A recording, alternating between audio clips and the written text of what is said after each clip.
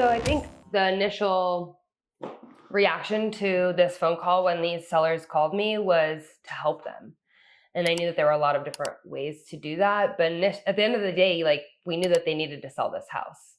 There was no way that they were going to rent it out or anything like that. None of the family members live here. They have no one here to be able to help manage a property unless they really felt like they wanted to fix it up and rent it out, which that was never really a part of the discussion. So it made sense that they were going to sell it. Now the question, and we kind of talked through this with them, was that they have a couple options when it came to selling it. Did they just want to sell it as is and not lift another finger? Did they want to clean it up themselves and throw it on the market and see what happens? Or did they want to go through a full renovation, fix it up? The second option, you kind of have to have somebody boots on the ground to be able to do that stuff. And the third option obviously takes a lot of money to be able to throw out a property. So in this specific scenario, it makes sense that they decided to go with the option that they did, which was so it's strategy 3, and we went through the 3 strategies with them, which is, fix it up. And by the way, let's set the stage. The house is inherited, right? It's trust. There's 3 siblings involved in it.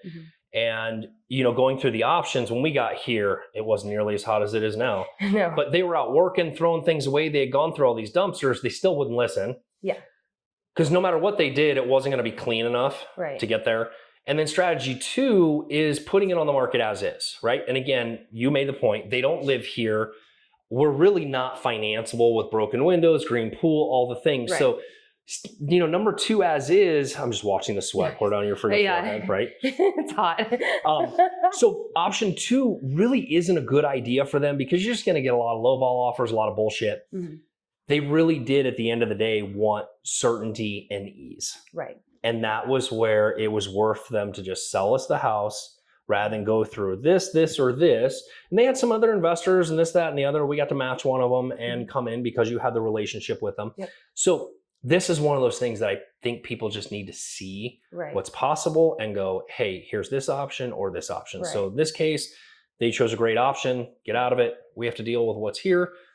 Ease, certainty for them, and potentially a profitable deal for us on the way out. Right. And there's no wrong answer in that either when people are deciding. I think that really, like, the decision of the family or whoever the seller is going to depend on what their time and finances look like.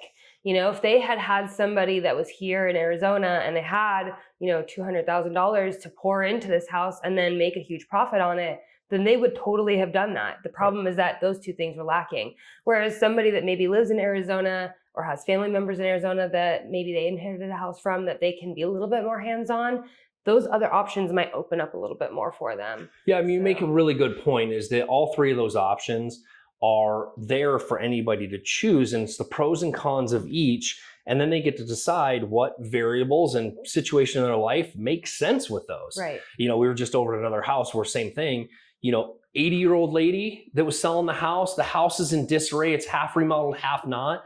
We ended up buying it after it canceled twice. I'm like, this should have been sold off market. Yeah. Like, why'd you do this to this old lady? And the funny thing is the price difference, she actually probably would have netted more if she had just sold it as is off market if I would have bought it. Yeah. Versus, you don't have to worry about commissions. You don't have to worry about the net was the same. The time period of holding it. I don't know if she has a mortgage on it, but if she did, you still have, you still have to have utilities on. So electricity, water, all that stuff. And then if you have a mortgage, add that on top. So it's like, there's a lot of hidden costs that are associated with holding a property and with doing the other 2 options where you're selling it on market in either as is or refinance situation. And when you already have perfectly good homes sitting on the market for over a month, now imagine a house that looks like this. And it's like, you have to expect that there's going to be a lot longer time period before you find that right buyer that's going to want to buy that house. It's just a more unique scenario for somebody to want to pick up. So, hey, at the end of this, subscribe, like, do all that fun stuff. Keep this in mind, is that a great real estate strategist is going to give you some options, not just one option, because there's not just one way to sell a house. There's actually 5 ways, and we even have some secret ways. So if you're looking for a strategy with your property, whether it looks like this shithole or something else, we'd love to talk to you, sit down, and just go over the strategies, the options, so that you can make a decision that works best for you and your situation.